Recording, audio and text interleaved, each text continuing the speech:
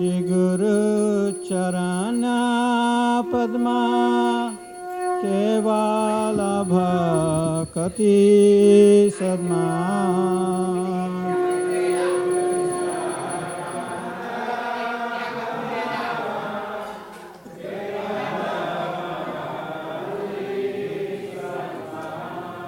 Shri Guru Charana Padma Kevala Bhakati Sadma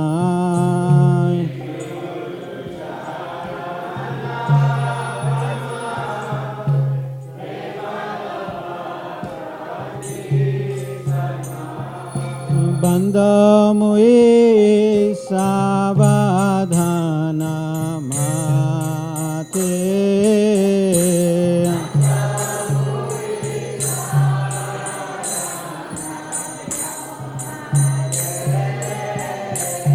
Bandhamui Savadhana Mate.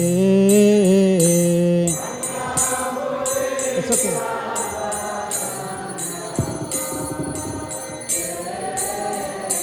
Yahara prasade bhai e bhavatoriya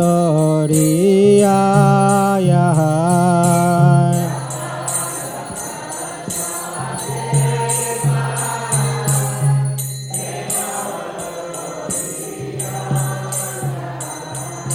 Yahara prasade bhai e bhavatoriya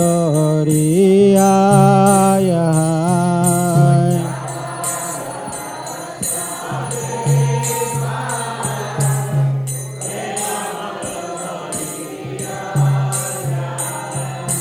Krishna prapti hoya hoite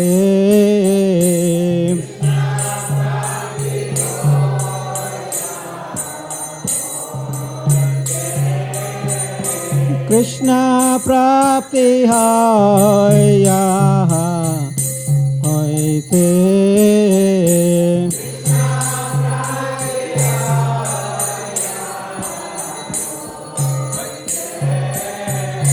Guru mukha padma bakhya chitte te kariya kya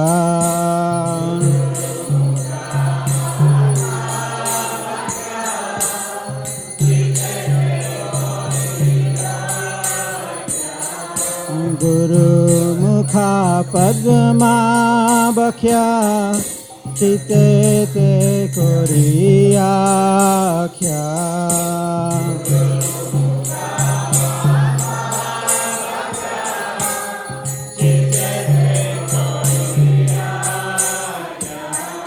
Arna koriya mane asha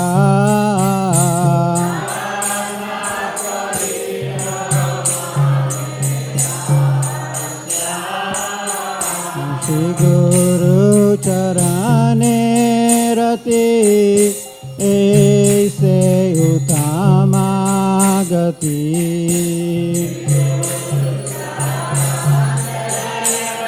Haribo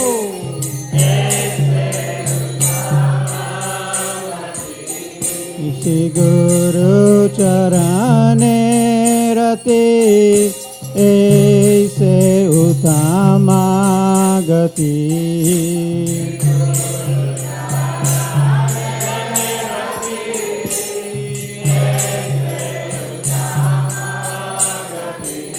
Ye prasade pure sarva asha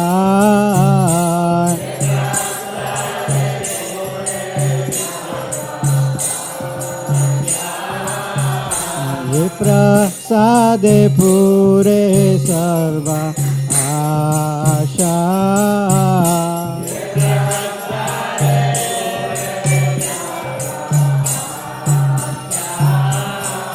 Chakudana dilaye janme janme prabhu se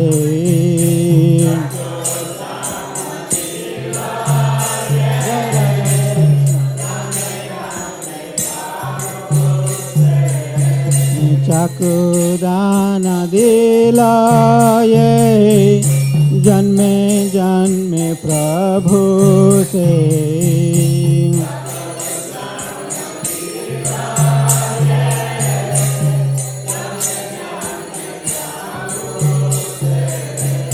Divya ज्ञान हृदय प्रकाशिता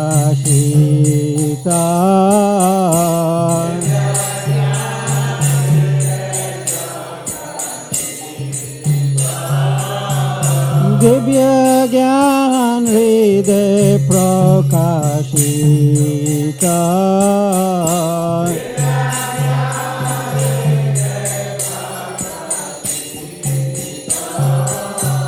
प्रेमा भक्तिया होते अविद्या विनाश जाते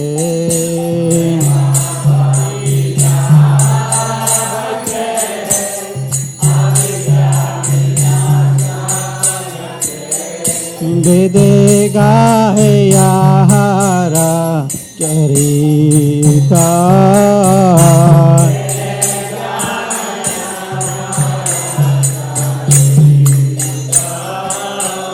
वेदे गाया हरा चरिता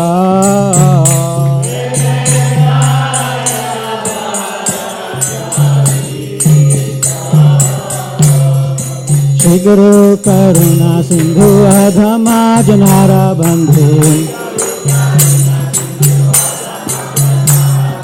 श्री गुरु करुणा सिंधु अधमा जनारा बंधु लोकेनाथ लोके राजवाना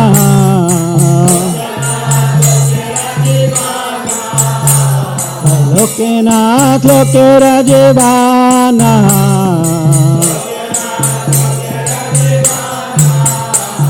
आहा प्रभु कर दया देह मोरे पाद छाया प्रभु कर दया देह मोरे पाद छाया बेजास गोशोत्र भोबाना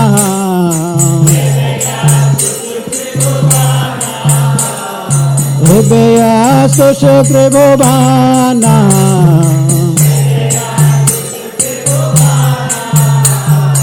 प्रभु पाते तपवाना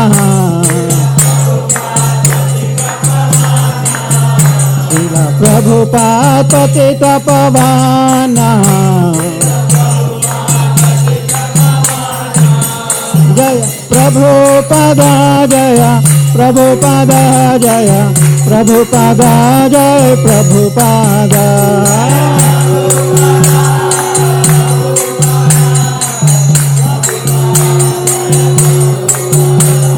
प्रभु पदा प्रभु पदा प्रभु पदा जय प्रभु पदा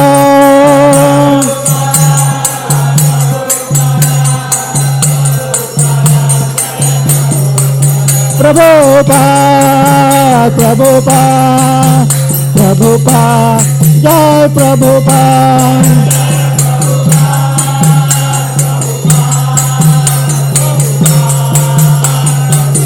जय जय प्रभुपा प्रभुपा प्रभुपा जय प्रभुपा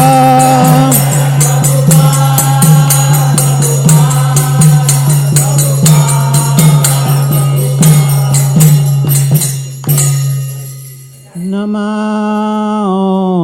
विष्णुपदाय कृष्ण प्रस्थाय भूतले श्रीमते भक्ति वेदांत स्वामिनिति नामिने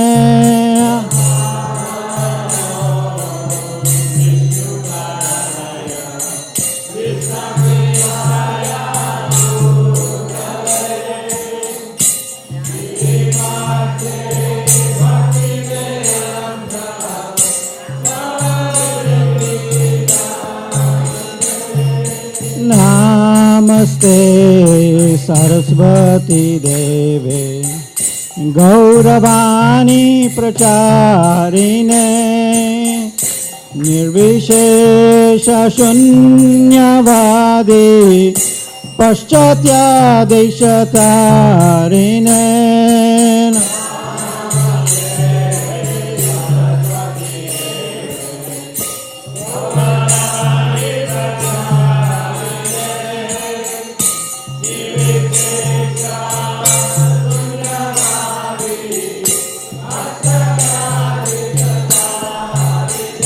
जय श्री कृष्ण चैतन्य प्रभु नित्यानंद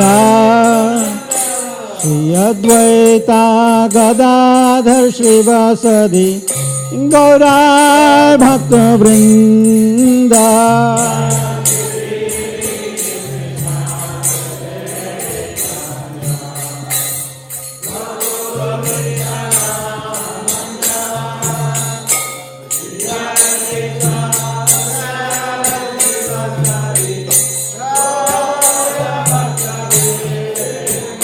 जय श्री कृष्ण चैतन्य प्रभु नित्यानंद श्री अद्वैता गदाधर श्रीवासदि गौरा भक्त वृंद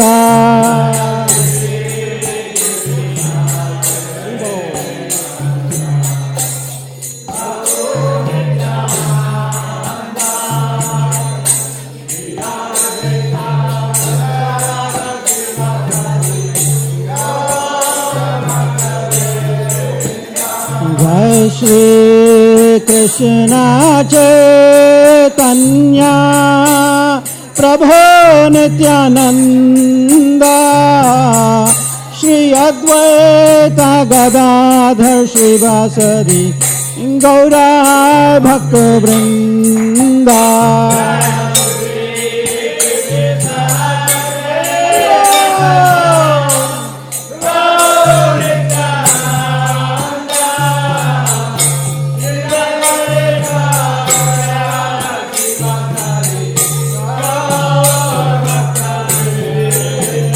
जय श्री कृष्ण चैतन्य प्रभु नित्यानंद श्री अद्वैता गदाधर श्रीवासदि गौरा भक्त वृंद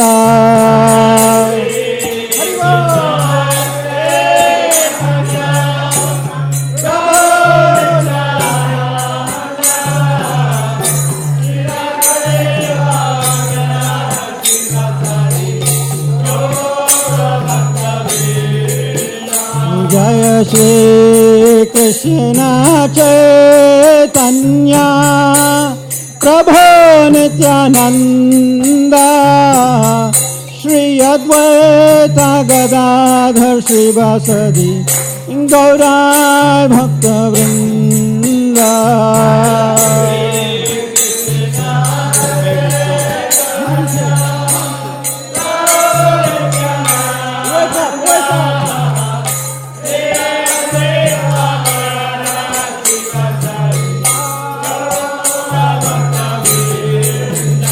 जय गौर भक्त वृंद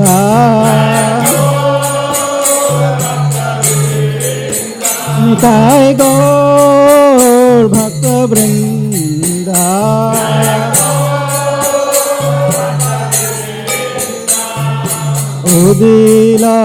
उदिलारुणपुरा भागे जमनी गौरा आमनी जागे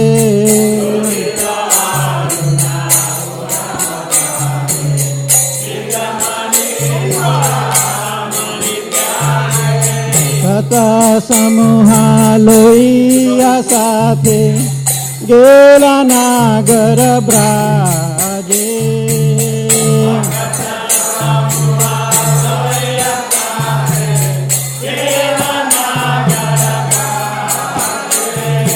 तथा गायता थाय बाजा लाखो घना घना ताहे झाजेरा रो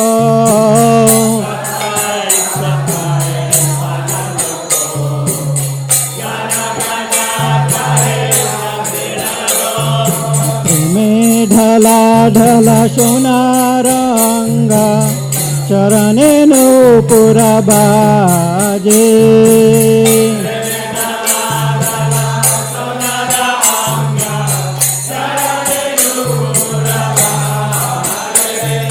मुकुंद माधव यादव हरे बोले ना बोलो रे बदन भोरे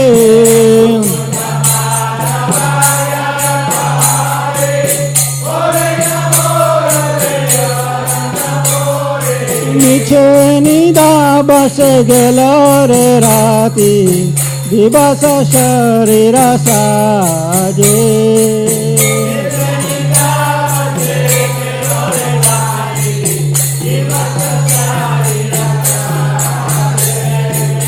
मन दुर्लभ मानव देह पाइया की करो भवन के हो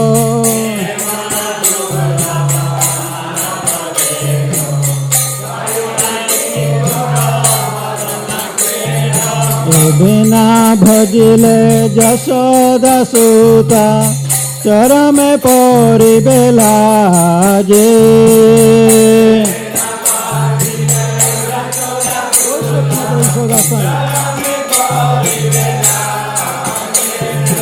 उदिता तापना होइले आस्था बिना गेलो बोली होइबे व्यस्ता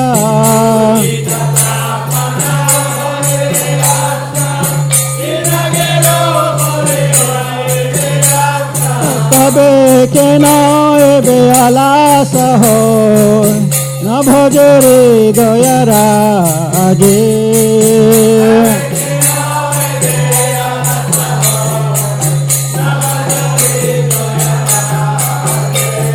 तबे के नए आलास हो न भजरे दयाराजे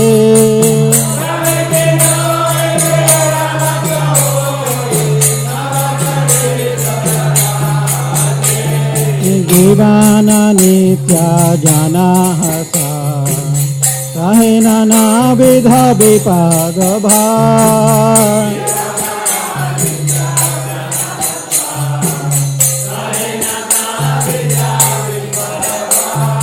नमाश्रय करी जताने तुमी थाका अपन काजे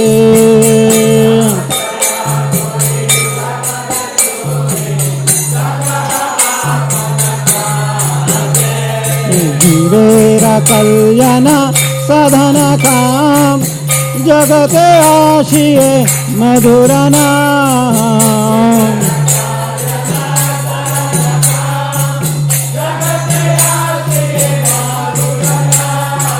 अविद्यति मेरा तपान रूपे हृद गगन विराजे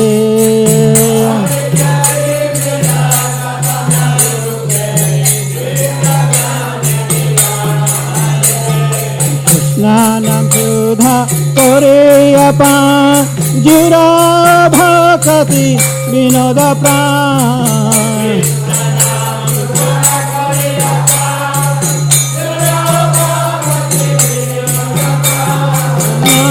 बिना किछु नहीं कहार 14 भुवन माजे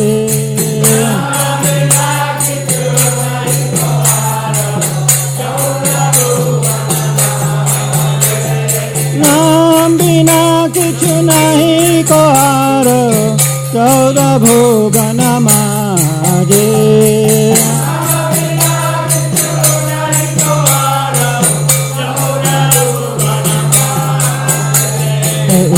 उदिलारुना उरब भागे द्विजामणि गौरा अमनि जागे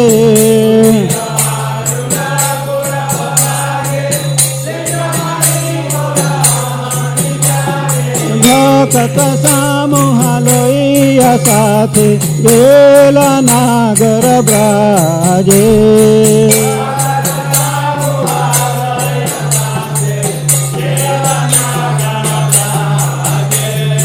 Hare Krishna, Krishna Krishna, Hare Hare, Hare Rama, Rama Rama, Hare Hare.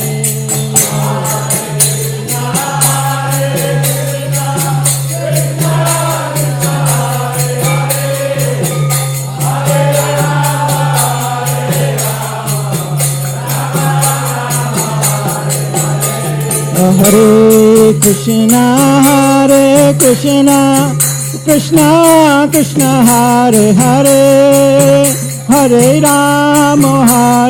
Rama, Rama Rama, Hare Hare.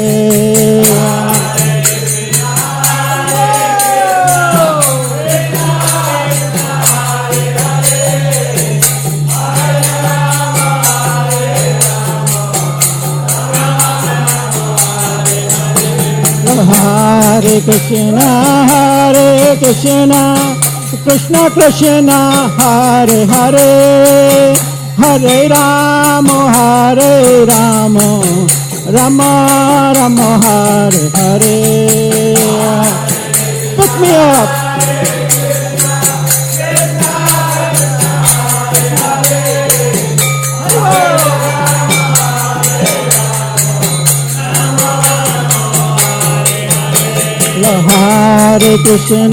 Hare Krishna, Krishna Krishna, Hare Hare, Hare Rama, Rama Rama, Hare Hare. Hare Bol! Pick me up!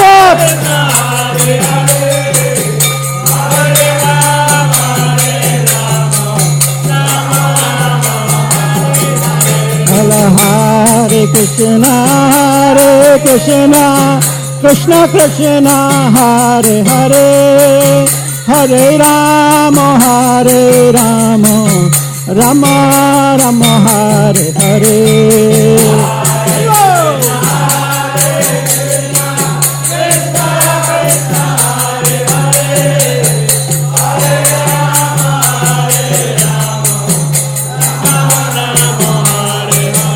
Hare Krishna, Krishna Krishna, Hare Hare, Hare Rama, Rama Rama, Hare Hare.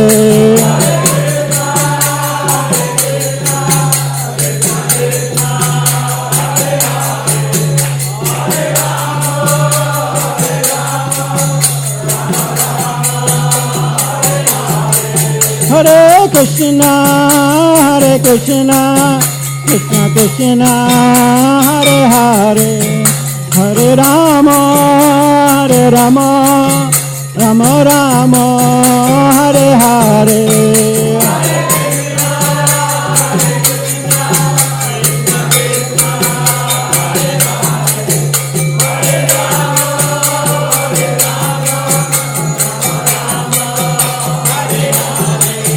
Hare Krishna, Krishna Krishna, Hare Hare, Hare Rama, Rama Rama, Hare Hare.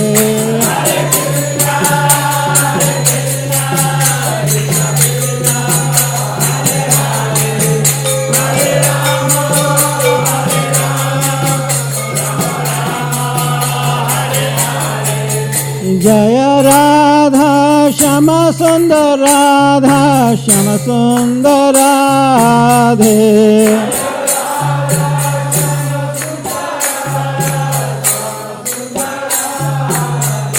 Jaya Radha Shama Sundar Radha Shama Sundar Radhe.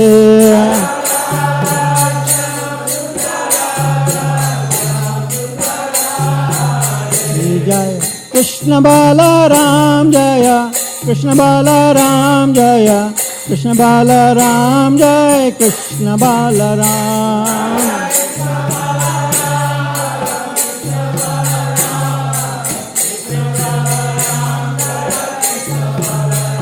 Jai Krishna Balaram Jaya Krishna Balaram Jaya Krishna Balaram Jai Krishna Balaram.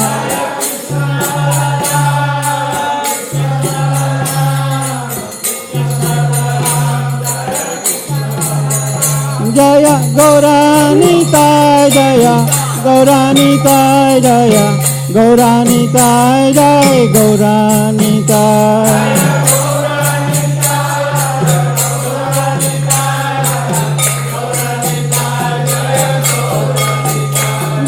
Gaura-Nitai Jaya Gaura-Nitai Jaya Gaura-Nitai Jai Gaura-Nitai.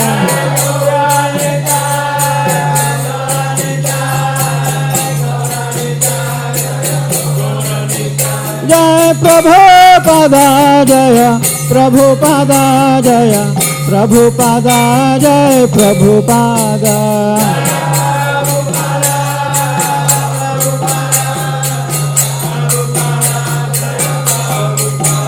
Jai Prabhupada, Prabhupada, Prabhupada, Jai Prabhupada.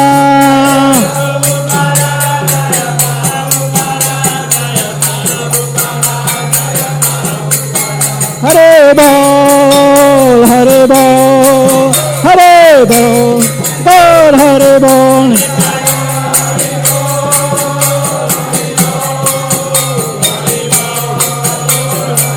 Nitai God Hare Bol, Hare Bol, Hare Bol, God Hare Bol.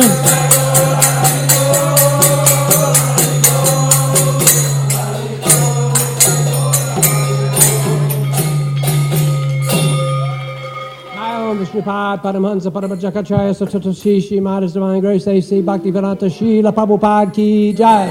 Jai Om Vishnupad Paramahansa Paramajakacharya Satatashi Maharaj Divine Grace Srila Bhaktivedanta Saraswati Thakur Ki Jai. Ananta Guru Vaishnavani Ki Jai. Namacharya Srila Haridas Thakur Ki Jai. Primsika Hoshi Krishna Chaitanya Prabhu Nityananda Shri Advaita Gadadhar Shivasari Gaur Bhaktivinoda Ki Jai. Shri Radha Krishna Gopi Gopinath Shamakun Radhakun Giri Govardhan Ki Jai. Vrindavan Dham Ki Jai, Navadvip Dham Ki Jai, Mayapur Dham Ki Jai, Bhakti Devi Ki Jai, Tulsi Maharani Ki Jai, Gaur Brahmanande. All glories are symbol devotees. All glories are symbol devotees. All glories are symbol devotees. All glories Shri Shri Guru and Gauram.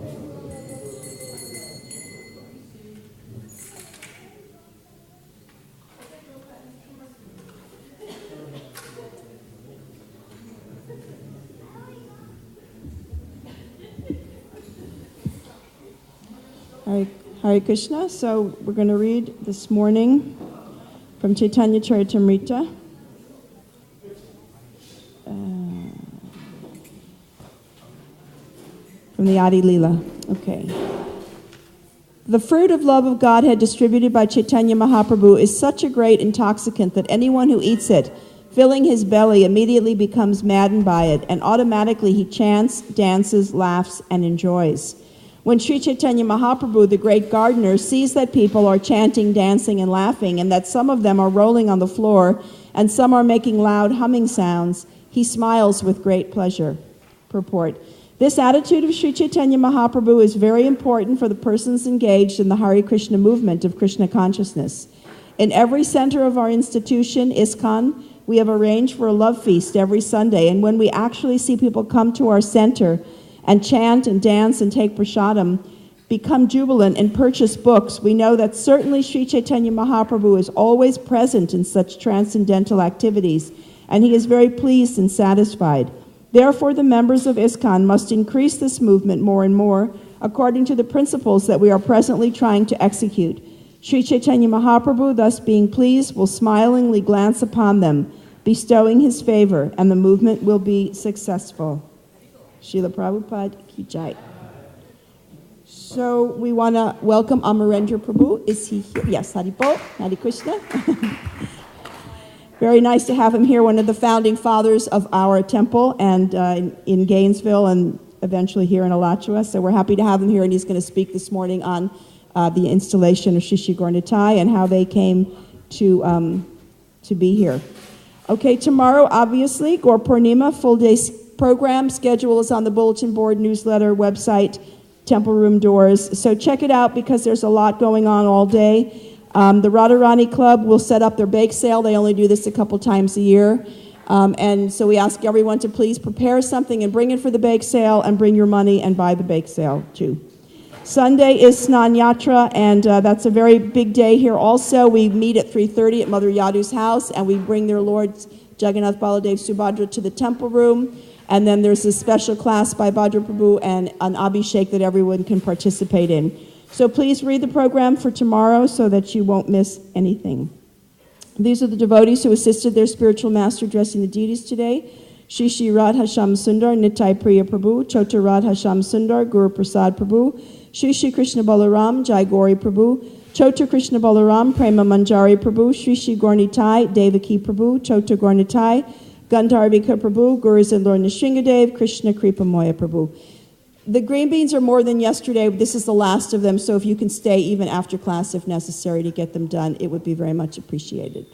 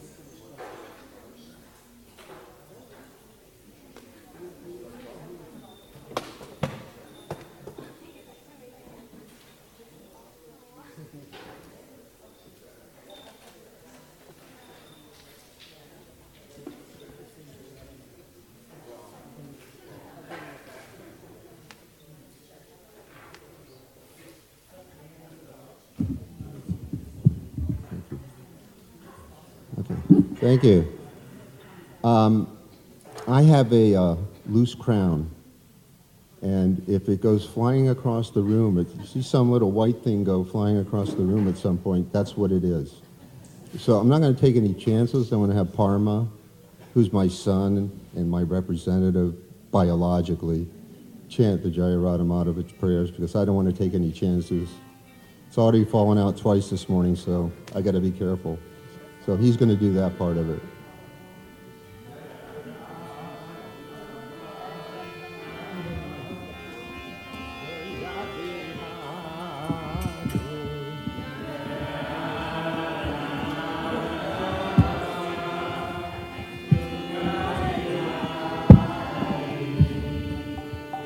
Jaya Radha Madhava Kunja Bihari Radha Madhava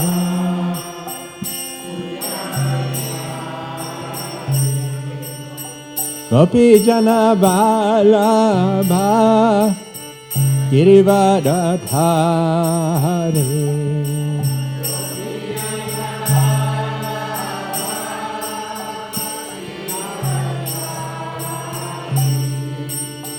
Gopi Jana Vallabha Girivardhari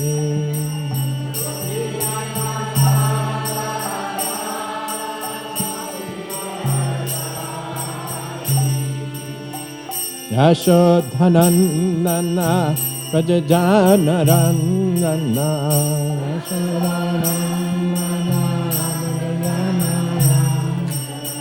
Yashodhanana Prajajanadandana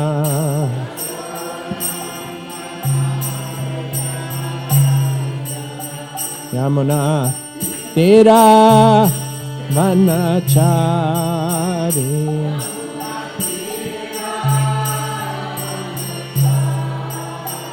Yamuna Tira Vanachari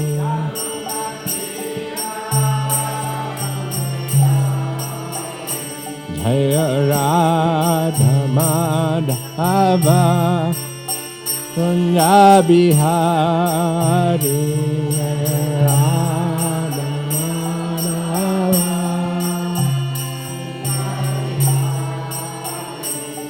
Jaya Radha Madhava Kunja Bihari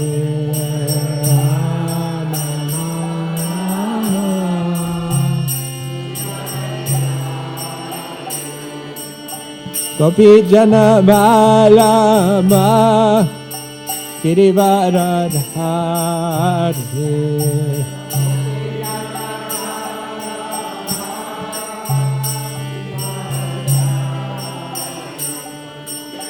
Gopi Jana Balama Kirivaradhari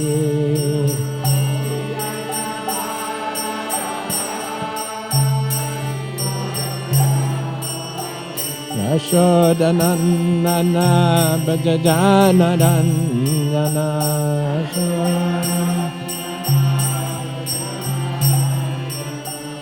Shodanandana Bhajajanarandana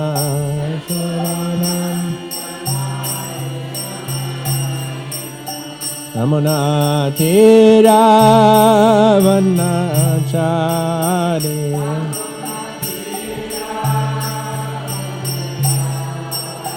Yamuna Tira Vanachari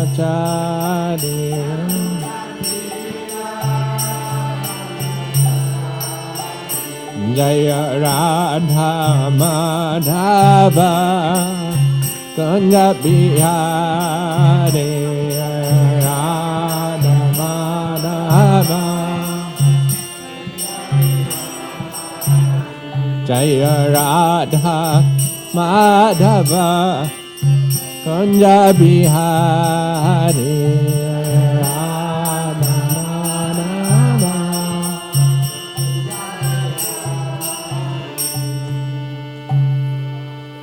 Jayam Vishnupad Paramahamsa Privajakachaja Ashtotara Sata Shri Srimad A.C. Bhaktivedanta Swami Prabhupada Ki Ananta Koti Vaishnava Vinda Ki Jai Namacharya Shri Haridas Thakur Ki Jai Prem Se Kaho Shri Krishna Chaitanya Pavanitananda Shri Advaita Gadadhar Shivasri Kaur Bhakta Vinda Ki Jai Shri Shri Radha Krishna Gopa Gopinath Shyama Kunda Radha Kunda Giri Govardhana Ki Shri Vrindavan Dham Ki Navadip Dham Ki Ganga Mai Ki Jamuna Mai Ki Tulsi Devi Ki Bhakti Devi Ki Samaveda Bhaktivinoda Ki all glories to the simple devotees, all glories to the simple devotees, all glories to the simple devotees, glories to Shri Guru and Shri Gaura-Nitai.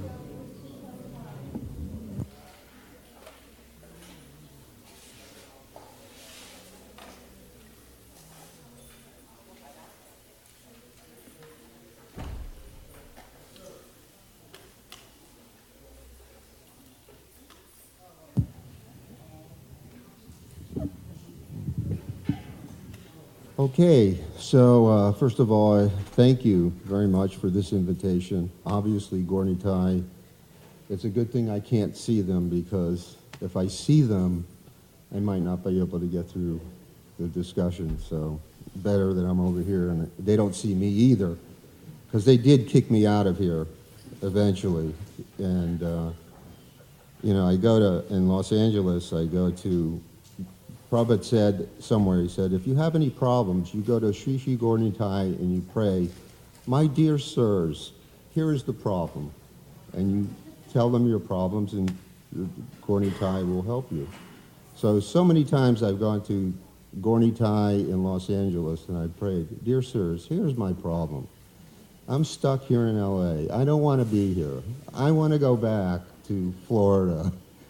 And then I go to Rukmini Dwarkadish and I say, "Why are you keeping me here? Why won't you let me go?" Like, Rukmini Dwarkadish are different than Radhasham, or these Gaura-Nitai are different than the Gaura-Nitai in Los Angeles. I think, oh, this is Los Angeles deities, these are the Alachua deities, and, thinking in those sectarian ways. But, it's all, you're praying to the same Gaura-Nitai. There's no difference. But I always find that somewhat amusing, and I also find it amusing that back in the old days, and I have to use that term for, even though there's many young people here, but you get older and there's no other way to refer to it. You can say, well, back in 1972 or whatever, which I can't remember very well anyway. But so I say the old days. We were always competing.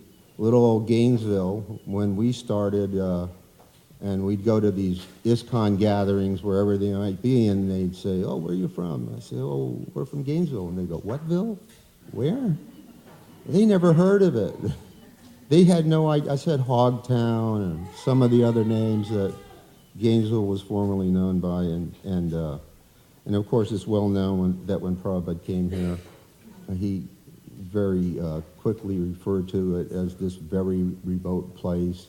I'm very happy, but he said, "I'm very happy to see so many boys and girls chanting and dancing and following Lord Chaitanya in this very remote place, thousands of miles from the birthplace of Lord Chaitanya Mahaprabhu." And now, as I wander around, I see all these old Miami book distributors living in Gainesville, living in Alachua, and all these Atlanta devotees living here. And I say, well, I guess if there's some kind of divine justice or, some kind of reconciliation, that maybe that's it. Like Tamahara was Miami, Madan Mohan, Mahavir, Nartaka Gopal, Vaishnavananda was Atlanta, Adidev. When Gargamuni, who's the first devotee who came here, as probably everyone knows by now, he was a sannyasi at the time, and he followed Prabhupada's simple formula, went out to the Plaza of the Americas and sat under a tree and chanted Hare Krishna, and then gave a lecture, and then gave out some fruit afterwards. And that was his simple formula. But right before that, him and Brahmananda and Vishnu John had been living in Miami, in Peacock Park, in Coconut Grove, which was the big hippie place where all the young people hung out. They were literally living in the park, and they got caught in a hurricane in the park. But at a certain point, another ISKCON devotee showed up to be the temple president there, and they split. And Gargamuni came here, Brahmananda went to Tallahassee, and Chayavana Swami, who I understand is back in the area here somewhere, he came from Tallahassee.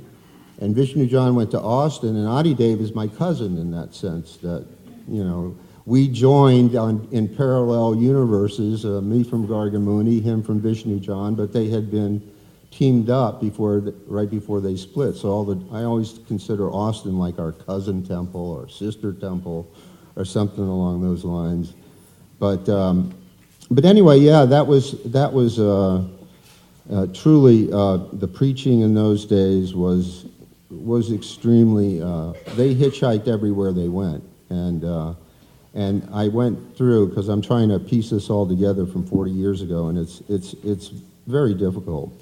But at a certain point, and this will back up in a sense, the southeast zone was a Gaura-Nitai zone. In 1975, we had Gaura-Nitai, Miami had Gaura-Nitai, Atlanta had Gaura-Nitai. And they were all the Gaura-Nitai, the Atlanta Gaura-Nitai and the Miami Gaura-Nitai are from the same mold from Navadvip. They were made from the same exact mold. So they're actually twins, or quadruplets, or whatever but they came from the same mold in Navadvip. I ordered the deities from Gargamuni, because by that time, when Gargamuni was first here, he got here in November of 1970. And so some of us would go out to the plaza every day and listen to him and said, okay, this is pretty good stuff. And myself and Pushta Krishna, at night, we'd go try to find him. And so one night we'd find him in an attic. Another night we'd find him in somebody's backyard. One night it was very cold. We found him in a utility room next to the water heater to keep warm. And that was the first time I saw the Bhagavatam. He had the brown Bhagavatams, Prabhupada's original brown Bhagavatams, and he had it on a little mat, and I looked at it and I saw the Sanskrit, and I go, oh. It was like a mystical experience just looking at these original Bhagavatams. But finally, having Jewish origins, I said, I can't take this anymore to Gargamuni. You just move into my apartment. Just come stay with me. Just because I couldn't stand it anymore, that he was just bouncing around from place to place every night. So he came over there to, I wrote the address down, 1915 Northwest 2nd Avenue, in case anybody's interested. It was a little duplex. I can't believe, I went by there and I can't believe how small it was, but within 2 months, we had 100 students a day coming over there for breakfast, lunch, and dinner. And this was before social media. We didn't have Twitter, we didn't have internet, we didn't have Facebook, we didn't have any of that stuff. All what Gargamuni's social media was is he had learned how to cook from Prabhupada, because he was one of the original 11 devotees in 2nd Avenue up in New York, and he had been personally taught to cook by Prabhupada. And of course, Gargamuni taught Gayatri, and that's how Gayatri got on her way to become such a great cook, because she was his, right-hand man right there in the kitchen. But when he would make the dal, he would put the ghee in the ladle with all the spices and wait till it caught on fire. You know Gargamuni. And then he would throw it in the pot and throw the cover on, and we'd all run. Literally, I don't make up these stories, because the truth is much more exciting and amazing than anything I could possibly. And so the chaunts would just explode, and all the smoke would just go flying out the windows. We had to clean the kitchen like every other day because it was black. And I'd be coming back from class, and as the dal would drift through the neighborhood, you'd see all these students just running to the Krishna house. And I'd be coming back from class across University Avenue. I see all these people just running, because as soon as they smelled the dal, the chaunts, their taste buds just became uncontrollable, and they just came running to the Krishna house. That was the first Krishna lunch. It wasn't on the campus, it was at that little house. And by February, he had 15 people living in the living room, men and women, with a sannyasi. And the others were living in tents in the backyard. And one thing I'll say about Gargamuni is when he was a sannyasi, he was really a sannyasi. But when he wasn't, he wasn't. That's all you need to know about Gargamuni. But I'm always indebted to him, of course, because he's the first devotee I ever met. And if it wasn't for him and Fridananda Maharaj later on, who was the first real temple president here, then I wouldn't even be here today, not even possible. But after 2 months, we had all these people coming, and Gargamuni had written to Prabhupada. Prabhupada knew he had the college program going here. He said, oh yeah, that's great, we should do this, preaching to the students in every college campus. And then one thing I saw in a letter to Rupanuga, another quote, when Rupanuga was at GBC, he was making a report, and he said, yes, this prasadam distribution program is very good. He said, the students have never tasted this kind of food. That was his quote. He said, they will all be attracted. So you must keep it going. So there was a lot of encouragement in that respect, and Prabhupada knew about all the success we were having here. But in January, he wrote a letter to Gargamuni. And the reason I'm bringing this up is because when I was trying to reconstruct the history of Gaura-Nitai, and it all does fit in, I had to go back and look at a lot of letters, and then I was reading Gargamuni's letters from Prabhupada, and I got that there was a letter that came in January of 1971, and Prabhupada told him, go to East Pakistan. He told Brahmananda to go to West Pakistan. And so Prabhupada was very careful about that, but his letter is one of the most inspirational insights into Prabhupada's global strategic thinking, how Prabhupada was thinking. That we were thinking, oh, well, look at this program. We have all these devotees and students and prasadam, and this is great, and we're going to, Prabhupada's going to love this, and we're going to be all recognized by Prabhupada and this and that. And Prabhupada writes Gaura-Muni a letter, and he says, yeah, I'm here in India, and things are going very well, and we're being very nicely received. But sometimes people ask me, do you have something in Pakistan? And Prabhupada says, and he thought to himself, why not? And then he says, there's somebody in Pakistan already preaching, but he's not in our line. He was some other non-Chaitanya Sampradaya or something. So he said, we want the real things. We want somebody from Lord Chaitanya's line to be there. And then he says to Gaura-Muni, he said, if you can get something started in Pakistan, the whole world will take notice. The whole world will notice.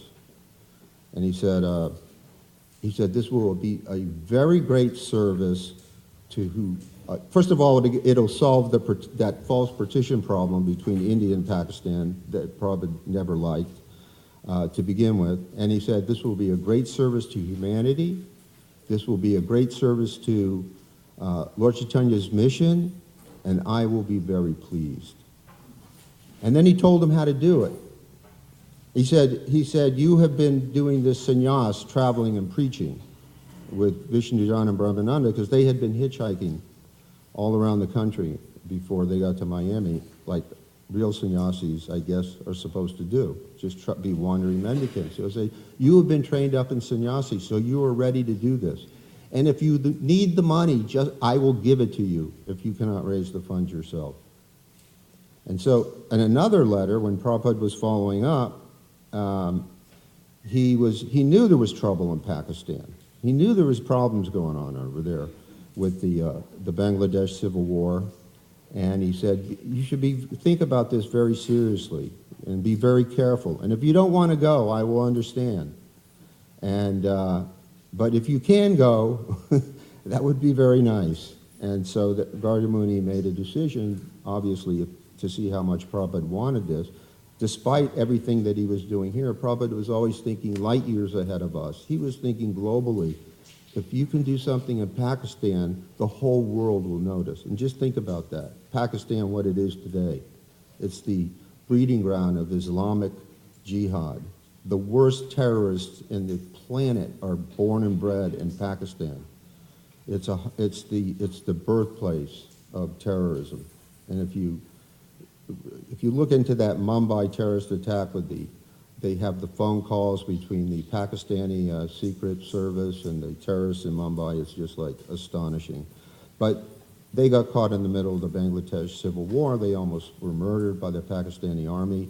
And I actually did some research, and I won't get too far off the point here, but I did some research on my own when I saw that. And there was a quote from a Pakistani general in the Asia Times that, yes, he was given instructions to his men, to his army. Yes, if we slaughter 3 million of the Bengalis, then they will not give us any more trouble. Just go in and slaughter them, murder them. That was what he wanted to do. And they did it. They tried to do it. There was one Hindu dorm at the University of Dhaka, and they murdered every student in that dormitory, 600 or 700. And Pushta Krishna and Gaura-Muni walked right into it. But Prabhupada had told them, go through America on American visa with your American passports. Don't go through India. And as they were about to get murdered by these Pakistani soldiers who had them at gunpoint, where at one point Gaura-Muni said to Pushta Krishna, put your hand in your bead bag, Paul, who was Paul at the time, we're going back to Godhead. They thought they were going to be shot. And then the last second, they saw they were Americans. They said, no, don't. No, they're Americans. Not they're Hare Krishnas or blah, blah, blah. They're Americans, and they let them go. So that's Gaura-Muni's history. But the point is that, as much as we may think our project, my project, This is everything, this is great. Prabhupada was always thinking so much bigger, on such a bigger scale. And sometimes devotees refer to they say our beloved spiritual master, our Srila Prabhupada. What do you mean our Srila Prabhupada? You think Srila Prabhupada has one ISKCON? He has millions. He's preaching to billions of people throughout the material world. We're just one small little neighborhood of Prabhupada's mission. He's on another level preaching to everybody, to all the conditioned souls. Prabhupada belongs to everybody, not just us. He belongs to everybody, devotees, non-devotees, it doesn't make any difference. So anyway, when Garga Muni got to Calcutta later on, after going to Kathmandu, where he had some problems, where Prabhupada told him another really wonderful quote, he says, yeah, you're having trouble, just chant Hare Krishna peacefully and gravely, and they will come. Just chant peacefully and gravely. Don't try to do too much. So Garga Muni had ran into a few difficulties, but he did end up in Calcutta, and he became the president. And I know I ordered the Gaura-Nitai from our Gaura-Nitai, these Gaura-Nitai, I ordered them from Garga Muni, and I just can't remember if I ordered them by mail. And I remember sitting with Garga Muni in Calcutta in his office overlooking the lake at the old Calcutta temple. And we were talking about the deities, and I was either giving him the money somewhat cautiously because I knew a lot more about Garga Muni by that time. He said, just give me the money and I'll take care of it. And I said, well, okay. I was a little cautious about that, But it was either then, which I can't remember, 73, 72, 73, or I did it by mail, and then later on I was asking him, where are they already, But I know I was having a discussion with Garga Muni, and I do know that he was the one who ordered them. And they did come from the same place as the Miami and Atlanta Gaura-Nitai in Navadvip. And they're made out of the 8 metals, bell metal, not just brass. They're composed of 8 metals, and they were made by the same deity maker in Navadvip as Atlanta and Miami. And Garga Muni is the one who finally came through and did it because he had a special place in his heart for this temple and this community, and he was really wonderful in the long run. If it wasn't for him, none of us would be sitting here right now. But in 1975, this whole zone was a Gaura-Nitai zone. And Prabhupada went to Miami that year, and he went to Atlanta. In Miami, where I went down to Miami, and Prabhupada gave a lecture in the temple room, and he said he loved the Gaura-Nitai deities. He loved them. And he said he loved the Gaura-Nitai deities in Miami. He said, these Gaura-Nitai deities, these are all that you need. You don't need anything else. Later on, for the householders, maybe you get something more. He said, but the Gaura-Nitai, these are all you need. Now, Prabhupada had already come to Gainesville in 1971 and spoke at the university, and that's well known around here in this community, on the Plaza of the Americas. And when he came here, we only had a painting of Panchatattva that Gayatri painted.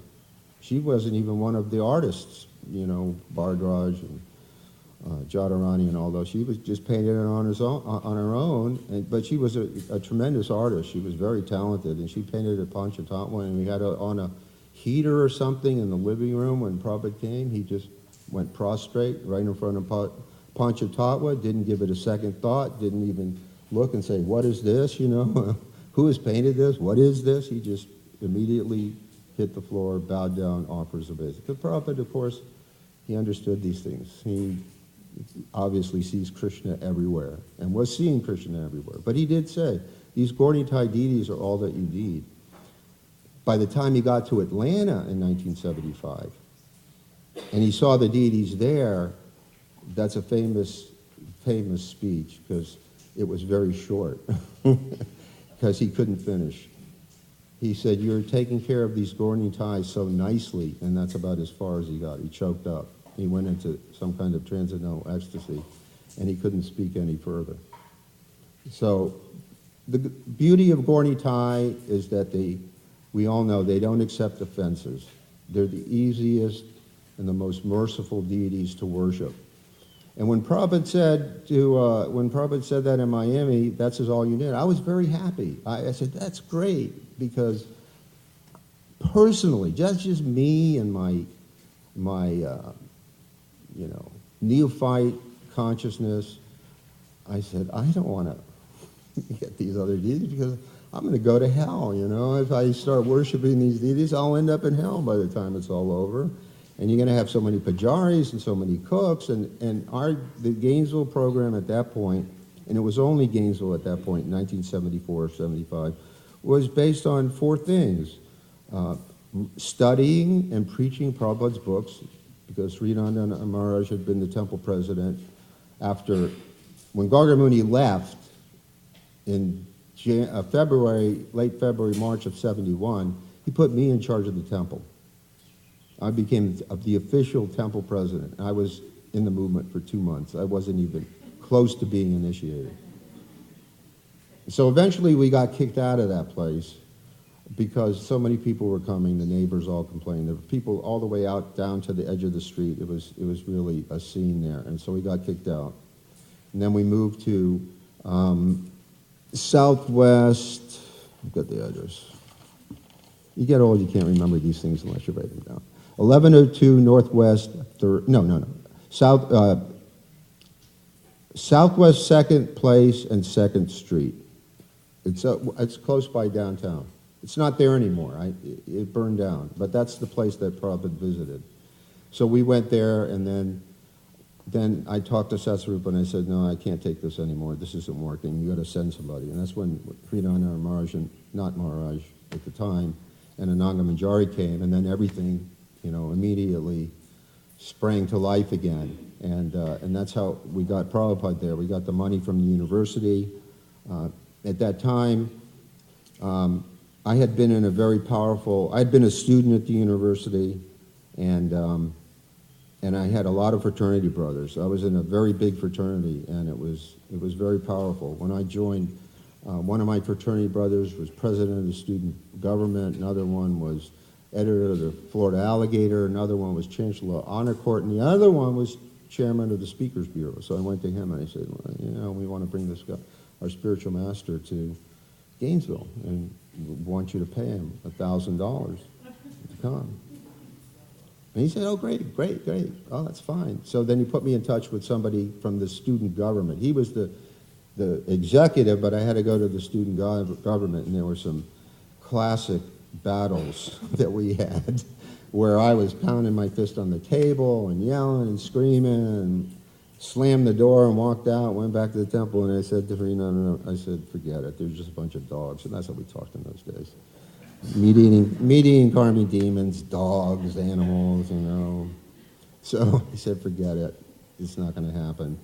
I tried, and so we were in Guru Puja one day, and I got a call on the telephone, and it was this same girl that I had been fighting with. I said, you're paying thousands of dollars to Dick Gregory and all these dogs to come here and speak, and they can't help anybody, and they won't liberate one soul, and you have a pure devotee, and he can liberate this whole town. And I was like, we were a little fanatical back then, And it was her on the phone. She says, okay, we're going to give him money.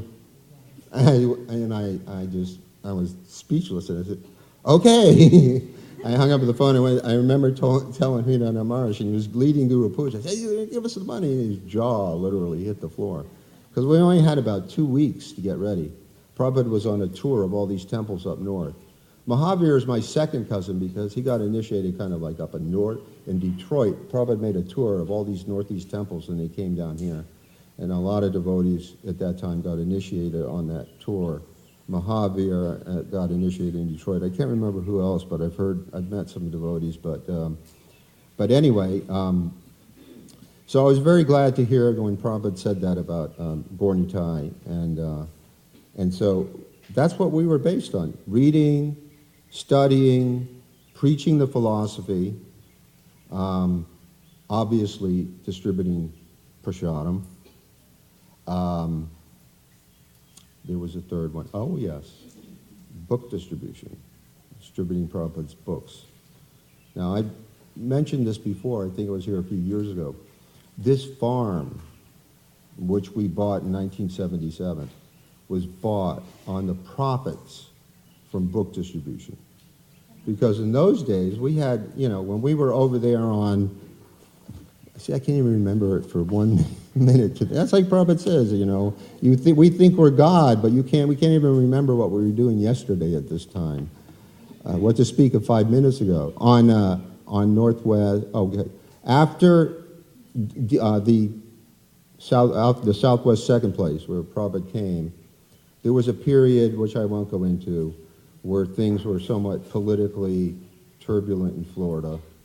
And the next real temple was at 1102 Northwest 3rd Avenue, and it was a duplex. And that's when a bunch of the next wave of devotees joined. Harinam, Shamakunda, Dhaneshwara, Chandri, who else? Ekadasi, a lot of devotees that aren't here now. Ekadasi, Dronacharya Guru. I mean, they just came out of nowhere, Swaha. They just walked in the door somehow. And so I sent them out on book distribution. They came back one night with all this money. And I couldn't believe it, because when I went out to the Gainesville Mall in Sankirtan, now the mall was not what it is today. It was this place on 13th Street, on I think maybe 23rd. It was just a Sears, and it was an outdoor parking lot, and I'd come back. We'd go out there all day in July and August and come back at night with $20. And Gayatri and Mahavir was here too. Mahavir would come back loaded, no matter where he went. He would come back with a lot of money. That was very depressing to see, because it wasn't our money. I think he was working for Rupanuga by then. And so I was trying to figure out where we're going to get this money, and one day all these devotees came to the temple, and they went out on book distribution, and sure enough, they distributed all these books, and all this money started to come in. So we were on, damn, this is frustrating. I got to just keep it to the same page, because we were still on second place and that's the 1102 Northwest 3rd Avenue, just on the other side of 13th Street from where the temple is now. So we started off on the bottom of the duplex. There was a top bottom, and in a month or two we had the whole building. And then Rupanuga used to come, and for those of you who didn't know Rupanuga back then, he was like a revolutionary. He was the real thing. I mean, he was as revolutionary. He was trying to make a revolution on college campuses. He was an incredible preacher, another one of the original 11 disciples from 2nd Avenue. I always looked up to him as being the Maharaj Yudhisthira of the Hare Krishna movement. He was like a saintly king. He was such a fatherly figure. And he would come on his bus. He had a bus, and he would come in those days and park it on the side of the street, and he'd have Mongol Artik down there, and of course we had Artik in the temple, and there was this lady across the street that hated us, and she was always screaming out her window, "Shut up, shut up." And so finally we got kicked out of that place, and we moved to some apartments, and I don't remember where the apartments are. I can't find them anywhere. I've looked several times, but I don't know where. So we were in 4 or 5 apartments at this place, still doing book distribution, and so it had been a long time since I had ordered Gaura-Nitai. I had ordered them months, if not a year before, and that's why I say, when I saw Garga Muni in India, I know I was asking him, where are they, what's going on, oh, he's just cheating us, blah, blah, blah. And so we were in these apartments, and I got a call one day from Jacksonville, and somebody from the port, and they said, "You have a shipment here." And I said, "We're not expecting anything. What could it be?" So I sent a van. I said, "All right, go see what it is." And then in the back of my mind, I said, "Nah, it can't be." I thought, maybe, no, it's not. That couldn't happen. And so the van came back. It was 2 big crates. And I said, oh no, this can't be real. This is not happening. And so we're in these apartments. We're like gypsies in exile somewhere. And we open them up in the living room and take all the straw, and there they were, right there in our living room. And I said, oh my God, what are we going to do? Now, I can't remember, what happened after that was like a whirlwind. It was just like it's like a blur, because the deities came and we said, oh, we have to go get a temple. We have to go find a temple somewhere. So we looked at all over the city, everywhere, up and down, and then we found Depot, which was over there in the back of Sorority Row. It was only a mile from campus. And beautiful dormitory, big trees, 2 buildings. And within 2 or 3 months, we had Depot after the deities coming. And then we immediately started the preparations for the installation, the Gaura-Nitai deities, to install Gaura-Nitai. And I don't remember much. I know Rupanuga did the ceremony. I know that because he was our GBC. So he did the ceremony. I know that Gayatri and maybe Shranti and Shamapriya and the whole crew. And there might have been, and there were devotees from other temples up there helping us too, try to get the temple ready, et cetera, et cetera.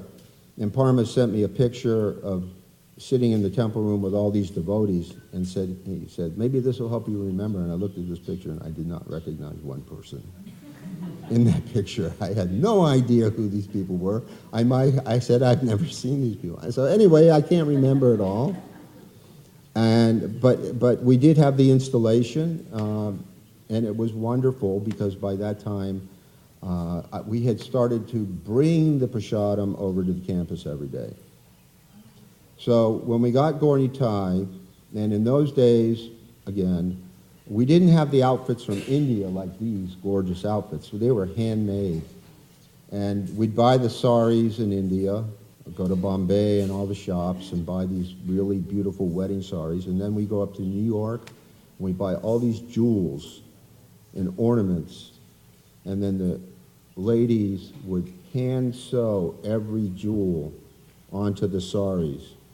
And they were gorgeous outfits. I posted an old picture I found on Facebook a few months ago, and I just came across it, and it was just magnificent. Because I wanted these Gaura-Nitai, because I wanted this to be a preaching. Our mission was to preach to these students. And so we adjusted the schedule. We had an 11 o'clock arti offering instead of noon, so that we could offer everything to Gaura-Nitai, and then we'd take it right off the altar, load the van with the bins, and go right out to the plaza with that prasadam. Same prasadam that had been on the altar. So it was all deity, sabjis with sour cream and ghee and rice and puris or chapatis and it was like, sometimes other people from other temple, recently, whose name I won't mention, but he was from Canada. He was a good-looking guy. Mahavir knows him. First name begins with a U. He was president of Chicago for a while. So something came up on Facebook, and he said, yeah, you remember in India one year where everybody got sick and blah, blah, blah. And I said, no, I never got sick in India because I never ate when I went over there because I had to lose weight somehow, and that was a good way to do it. And so I never got sick, but I remember everybody else being sick. And then we started talking about prasadam. He said, oh, yeah, Chicago had the best Sunday feast in the whole movement. And I just couldn't resist. I said, Udama,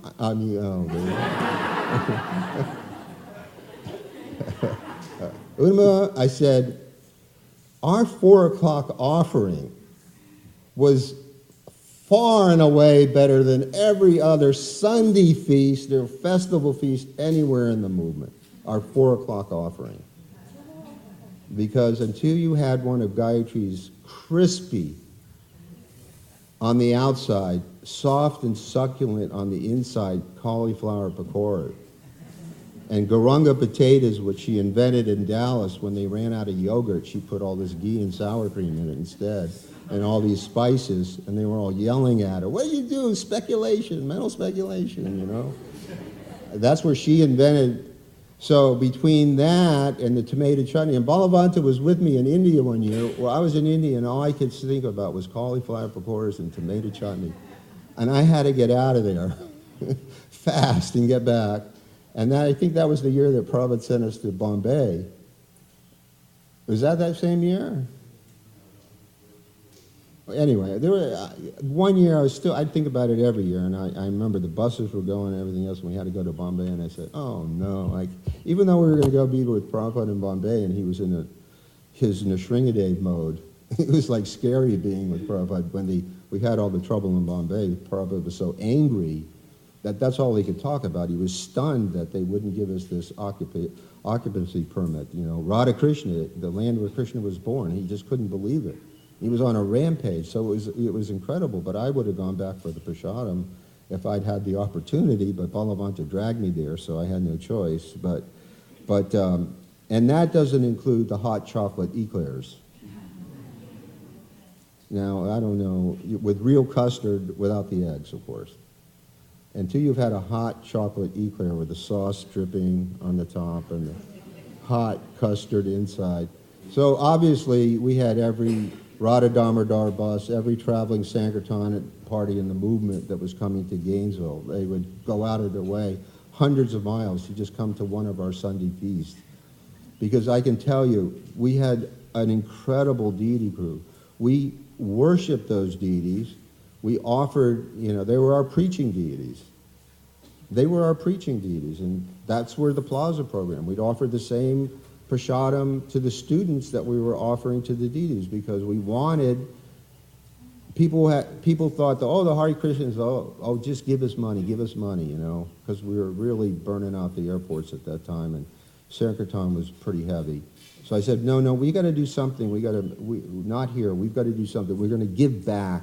We're going to give back without any expectations of anything in return. Just eating prasadam, read our books, hear our philosophy, come to the temple. That's all we care about. You don't have to give any money. We don't care. But, we got donations.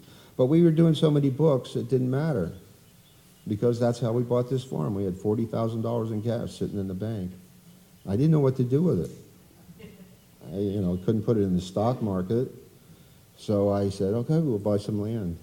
And I took that money from Sankirtan and bought this land, because Krishna was just giving us all facilities. So it was just on another level of the way these deities were taken care of. The outfits were just magnificent for Gaura-Nitai, and the prasadam that we were offering to them was just celestial. It was just in a different league altogether.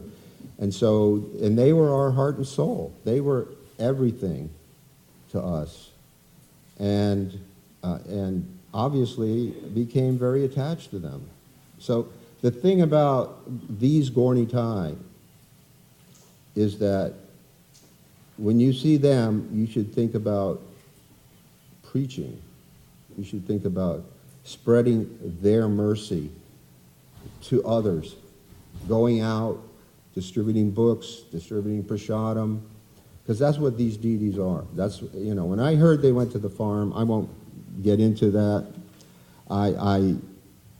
Krishna kicked me out of here for a reason, and that was probably one of them, because I just felt that, they are preaching deities.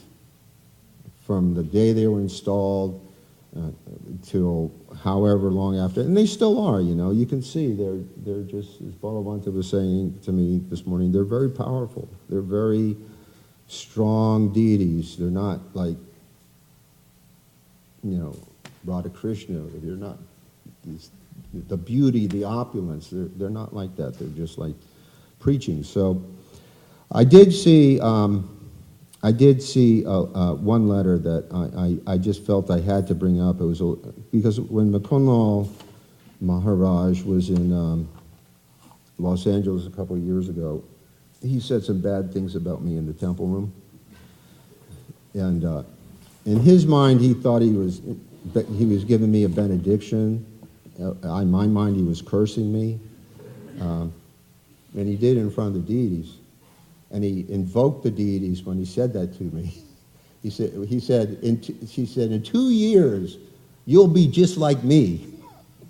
So that's either a benediction or a curse, depending on how one perceives it. So I thought I'd get back at Mukundlal a little bit. Who's my dear friend, by the way. I mean, we worked together in the legal office for many, many years, and he's just one of the most special people. But he did insult me. And so there's a letter to Mukundlal in 1970. Mukundlal was worshiping Lord Nityananda. Prabhupada called him a Nityanandaite. And he would just worship Lord Nityananda. And so he told Prabhupada about this, and Prabhupada said, why are you doing this? What are you doing? Why are you being sectarian like that with this one, just Lord Nityananda? And he explained how it all fits together and how that relates to his comments in 1975 that Gaura-Nitai is really all you need. Because he said, by the mercy of the six Goswamis, he said, by the mercy of Narottam Thakur, following the instructions of Narottam Das Thakur, you get the mercy of the six Goswamis to become detached from material sense gratification. And then tears will flow from your eyes, and you'll feel that when you see Lord Chaitanya, see Gaura-Nitai, then tears will come from your eyes. And he said that there's a process that you have to follow, and the process is that he outlined was first the spiritual master, obviously, and then he said that goes up to Srila Bhaktisiddhanta Saraswati Thakur, who Prabhupada characterized as non-different than Lord Nityananda in this letter. It's there on the archives in June, July, August 1970. And then from there you get Lord Nityananda, and then by the mercy of Lord Nityananda, then you get engaged in the service of Lord Chaitanya, of Lord Gauranga. And that will automatically please Radha and Krishna because Lord Chaitanya is Radha Krishna, as we all know. Lord Chaitanya came as Krishna in the mood of Radharani so he could taste that rasa, what Radharani was feeling. He's Radha Krishna something Anga, that combination, I can't remember. What's that? Yeah. So Prabhupada explained how if you just worship Gaura-Nitai, it's worshiping Radha Krishna. You're worshiping the other deities and by worshiping Lord Chaitanya. And therefore Prabhupada said, 1975, this is all you need. I can't make up my mind anymore. This is really torture. This is terrible, I feel like a traitor to one or the other, thinking, again, going back to this, LA deities, Alachua deities, Bombay deities, et cetera, thinking they're all these separate ones. No, actually, they're all one and the same. I also go and try to negotiate with the deities. Well, I'll do this if you give me this, those kind of things, like some kind of a low-life lawyer or something like that. Always negotiating, looking for a loophole in the instructions somewhere. But anyway, the end of this letter, Prabhupada said to Mukundlal, he says something really remarkable. He says, do not go outside the jurisdiction of my instructions.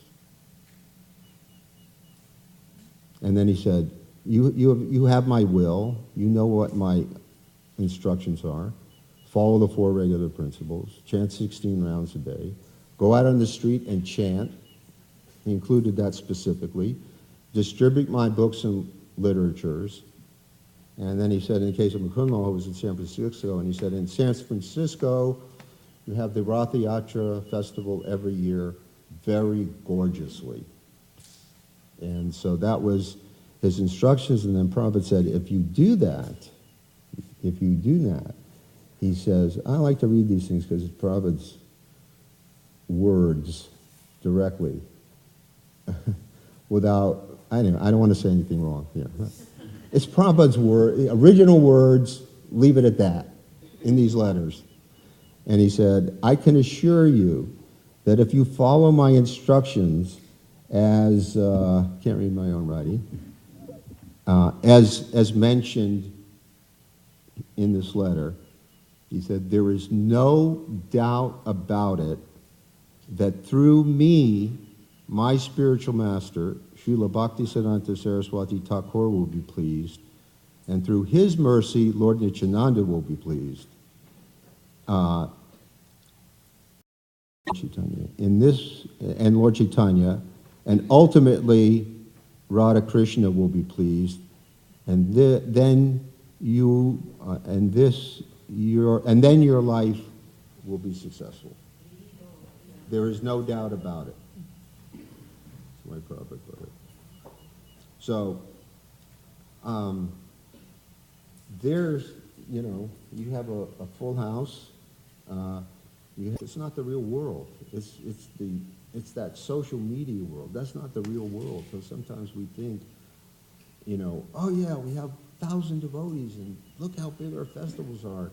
And yeah, Krishna consciousness is booming, but you go a few miles down the road and there's people who've never heard of Krishna. They have no idea who Prabhupada is. So Prabhupada did want us to do that. And these Gaura-Nitai deities were one of the first deities that went out into the wilderness, so to speak, into some remote place that nobody had ever heard of. And by their mercy, you have the biggest community outside of India in the world.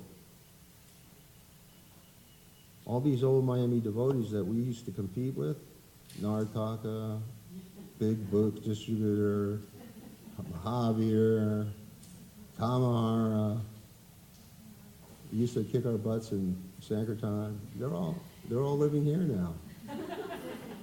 So I guess there is justice in the world of some kind or another. You can't beat, if you can't beat them, join them, so. But anyway, I was just fortunate. I was just fortunate. I look at these deities and it's hard to not be, for me, it's hard to not be affected by them because Gaura-Nitai everywhere, they're in a special category. And we all know that. We all know that Radha Krishna and the other deity worship is for householders. We need it. We need it for purification. But Prabhupada's spirit was, he bowed down to a picture of Panchatattva. But he did it for us, set up these temples for us. But these deities are the founders. They are the inspiration for everything that's here today, even though they're kind of off to the side where they're supposed to be. It's nothing, but just remember that how many years they spent. Yeah. Ganga Gadi. Sweet Ganga Gadi. Now I'll tell you a story about Ganga Gadi and I'll shut up.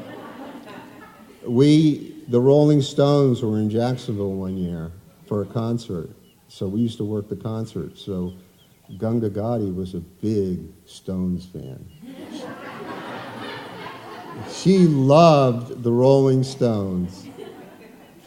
So in those days, somehow, I don't know how they do it, but the devotees got inside the concert stadiums. They could, get people to give them a ticket or something. They go inside. And so she came back that night. So she got inside. She came back that night, and she was just like bubbling. She was euphoric. And she said, I'll never forget, she said, Krishna satisfies all desires. I got to hear the Rolling Stones and distribute Prabhupada's books at the same time.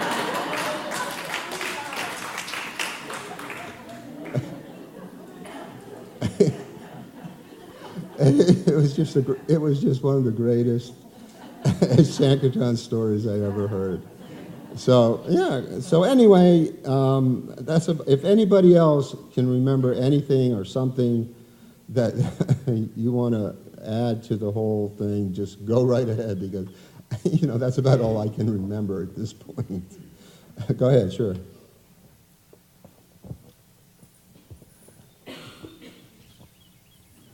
This is anecdote, but in the roadshow, when we came through, I'm trying to remember whether or not she had did Prabhupada come before the roadshow came? The roadshow actually came before Prabhupada came. The roadshow came a lot. They were down here a lot. Well, I think I'm that talking about the very first time. I think it was before Prabhupada came. Yeah, and I remember you yelling at Gayatri because she had made such a huge 4 o'clock offering, and the entire roadshow, which was about 20 devotees at least, she was cooking for everybody, and you were flipping out because she was spending every dime of the temple money making this elaborate 4 o'clock offering, which 4 o'clock offering, I mean, okay, you had like 6 devotees, or how many in the temple, but we had like 20-something in the roadshow. Everybody was eating like madmen, unlimited. And you were like flipping out. Can't cook for all these people.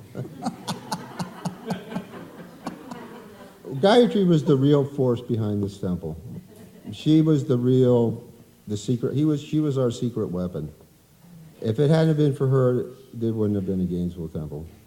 And if you read Tamal Krishna Maharaj's book, the times that the Radha Damodar party was here, he has this famous, story he tells that they were up at the Georgia border, and he called me up and he said, "We're going to be down there in 3 hours, and I'll bet you this or whatever that you guys can't make a feast that,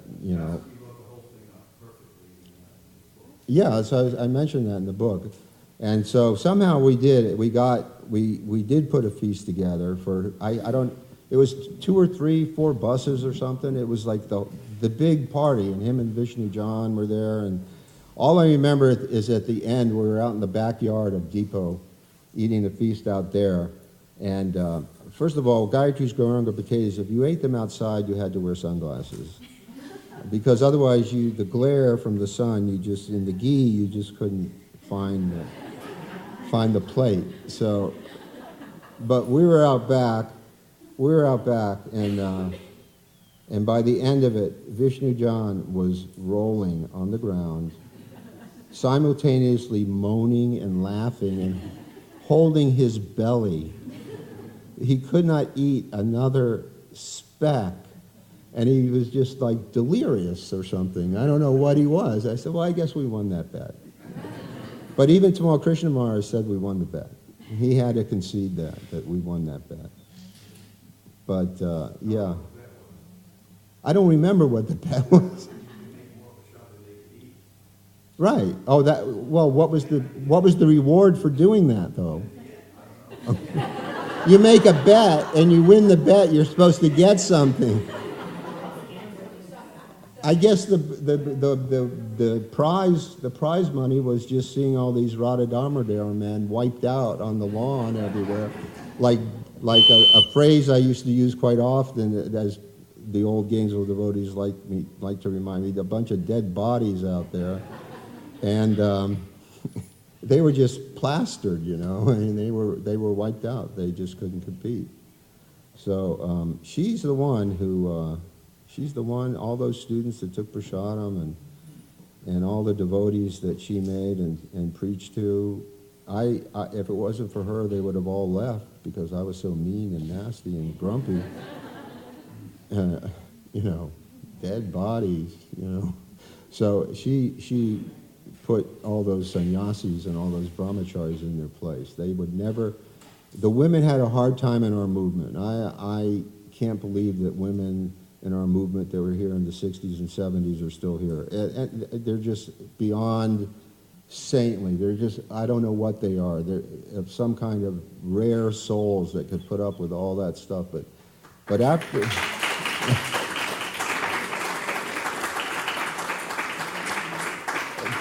But after Gayatri and Mangalananda made that Vyasa Puja case for Prabhupada up in New Vrindavan, that took about 6 brahmacharis to get up the hill in a palanquin, then, that was her. She was locked in after that. That's what locked her in. And that's a funny story, too, because at that Vyas Puja, Prabhupada took his little piece of the cake and he ate it. And then all the devotees literally dove on this cake like animals, just grabbing with their hands, stuffing it in their mouth. And then Prabhupada finished his little piece of cake and he looked up and he said, "Any more cake?" The whole thing was gone by then. And everybody had these cheeks puffing out with cake and everything else. And so she cut her reputation pretty early. Yeah. Thank you so much. All these memories coming back. So myself and so many God sisters from New Vrindavan, we're pretty much on the road for about 10 years. And it's 7 years. And every temple was an oasis in the desert because sometimes we weren't in a temple for months eating Triscuits and apples. And Buddha Mata's there. She's still out distributing books. So, but your temple was beyond all the other oases. And it really was. The feast, but not just that. You'd go to the Sunday feast. The atmosphere was so astounding. It was so enlivening. It kept us going for months and months and months. And I thank you for being here and for all of your service, but especially Gayatri. Yeah. Her prasadam, those eclairs, the garanga potatoes, all of it, cheesecake. So my, humble obeisances and gratitude to you both. And the other thing Gayatri did for me was we were going to go to the Mayapur festival, I think 76. So she just pulled me aside and she said that Pishima, Prabhupada's sister, was her dear friend, and she said, you have to serve her. And she just told me exactly what to do and how to go to her. And because of her, I got to serve her for, over a week. And one evening, Prabhupada was going to watch a play, and Pishima wanted to go to the play.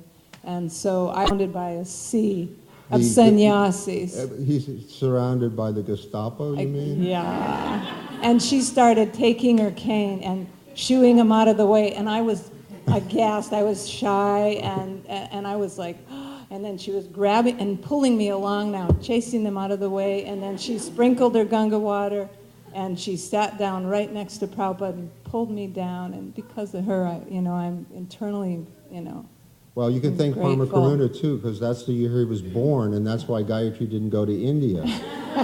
Thank you. But on the other hand, I got the brunt of Pishima's wrath because the ladies came to my door and they said, "Where's Gayatri?" And I said, "Well, I didn't bring her. She just had a baby." So they left, and then a little later they came back and said, knocked on the door, "Where's Gayatri? Pishima's crying. Where is Gayatri? Where is Gayatri?" Krishna. I said, "I will never go to India again without Gayatri." And the next year we took Parma. I don't think he was 2 years old. And we had to take a trunk of baby food and formula. It was the worst trip I've ever had in my entire life. I had a miserable time carrying that trunk all over India, from Vrindavan to Bombay and everywhere else.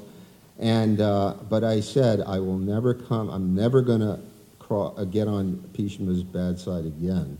I would not take that chance. But I'm so happy to hear that you got. Her association was really special. She called Gayatri her daughter. And they had a special, I'm not just saying this, because we'd hit India and I wouldn't see Gayatri to the end of Mayapur because she'd be up there with Pishima the whole time. So I'm glad. But also the traveling parties and all the Sankirtan devotees and buses, my attitude was that they're distributing Prabhupada's books, they're preaching, they're Prabhupada disciples, and okay, we lost a few devotees to the road show or this bus or that bus, but Krishna sent more to take their place.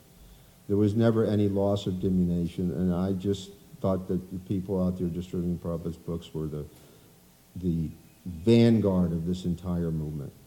And then in Vrindavan, I sometimes think I heard Prabhupada say things that later on I say, well, maybe I didn't hear that right, or maybe I'm just imagining this, but I do find out from time to time, like that quote about from Miami, these Gaura-Nitai deities are all you need. Well, Abhiram and I used to argue about that because Abhiram said, no, he didn't say, he said these are all you need for now, but he qualified that later on. He did say, and Balavanta just read it, and he said, that's all you need for now. So this one quote, I know I heard Prabhupada say it in Vrindavan, he said, even if you all leave, that is all right. He said, because we have distributed so many books, others will come to take your place. The damage is already done. So anybody that's just was distributing Prabhupada's books and going out there and doing that austerity, I just felt like I should be their servant and do whatever I could for them. So, and Gayatri, of course, was put your money where your mouth is. Well, she did. Yeah, no, sure.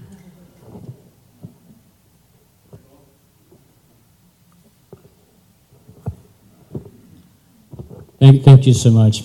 Wonderful hearing about those days. Of course, I was in Miami during the time. You were the enemy.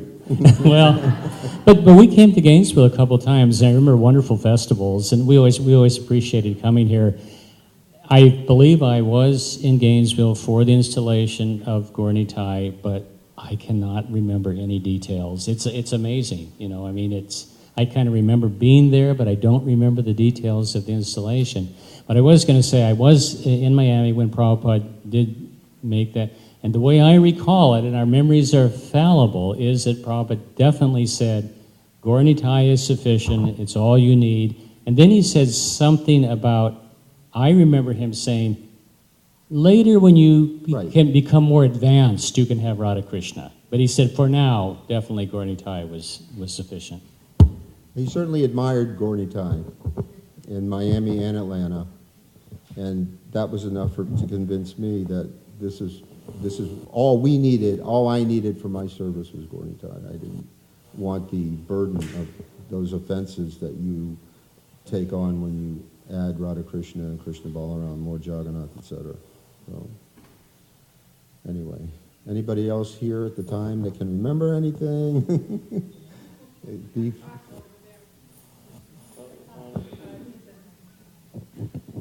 Bro, yeah. I met a man recently in Gainesville who said he met Prabhupada and he owned a shopping plaza which he said hosted the first Krishna lunch program. Do you know about that? He's called James. James? His name is James. Okay, I just wondered if you knew. He said the way he met the devotees was they came to his flower shop and said, our guru is coming, can you donate some flowers? And he was thinking, these weirdos should just get out of my shop. So he told them to leave. And as they was leaving, a voice inside him, in his heart, said loudly, just do it. So he ran to stop them and called them back and said, I've got to give you some flowers. And then he donated a bunch of flowers and then later on met Prabhupada. There's a lot of people out there that met Prabhupada. There's somebody else that I was just talking to, I can't remember, that had met Prabhupada and had this all, just somebody living on the outside somewhere, not even an initiated devotee or somebody. I can't remember who it is, but Prabhupada touched so many lives. There's so many students that still remember that were there and heard Prabhupada on the plaza, because it must have been 600, 700, 800 came in the middle of the summer, and they all remember. And I was thinking at the time, Prabhupada was lecturing on the 6th chapter of the Bhagavad Gita, the Ashtanga Yoga system. I had no idea what he was talking about. I couldn't understand it. First you do this, and then you do that, and then you go up to the Himalayas, and you got to give up this, and you got to give up. What is he? I don't know what is he saying. And I said, the students are never going to understand this. And then afterwards, all the students said, oh, that was the best lecture we ever heard. That was just wonderful, that somehow Prabhupada just injected the knowledge, gave them the philosophy, and simultaneously gave them the ability to understand it. Somehow he had that power to do that, even though I couldn't even follow the whole lecture, but all these students were just so impressed, and they just fell in love with Prabhupada. They thought, oh, anybody that ever met Prabhupada, whoever they were, they walked away and said, this is the real thing. Prabhupada is the real guru. He's the real thing. All these other gurus that were there, and this yoga, this meditation, everybody knew they were frauds. But anybody that ever met Prabhupada, they said, oh, he's the real thing. They walked away. This guy is really what he says he is. Not much more than that, but they knew he was the real deal. So that man knew that. He met Prabhupada too, right? He actually met him. I got another little anecdote which confirms what you just said. Yogi Bhajan, I met Yogi Bhajan once. He said, he's a 6'6" Sikh, big beard, really impressive guy. He said, we are Kshatriyas. We like a little hanky-panky. But your Prabhupada, he is Paka Brahman. But that flower shop man, from what Balavanta told me about it, he actually came to the temple and had darshan with Prabhupada also. Prabhupada received him, and he had darshan. He's never been back since until you met him on Door to Door, or wherever you met him. Balavanta was telling me about that. But yeah, well, that's a whole other thing with Prabhupada when he came here. So I know it's late, so I'll let you all go. It's I have some other things to do too. But thank you so much. Tomorrow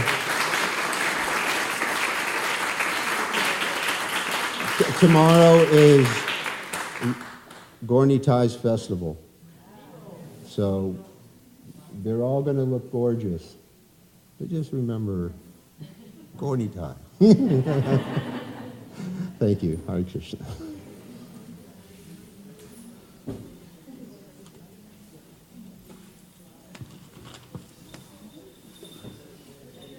Hare Krishna. Well, I spent a lot of time here, you know. It's like, now?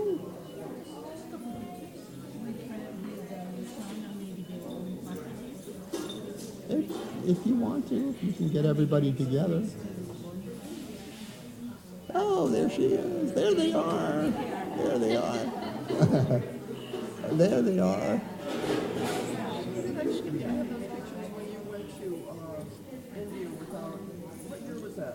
76, when Parma was born.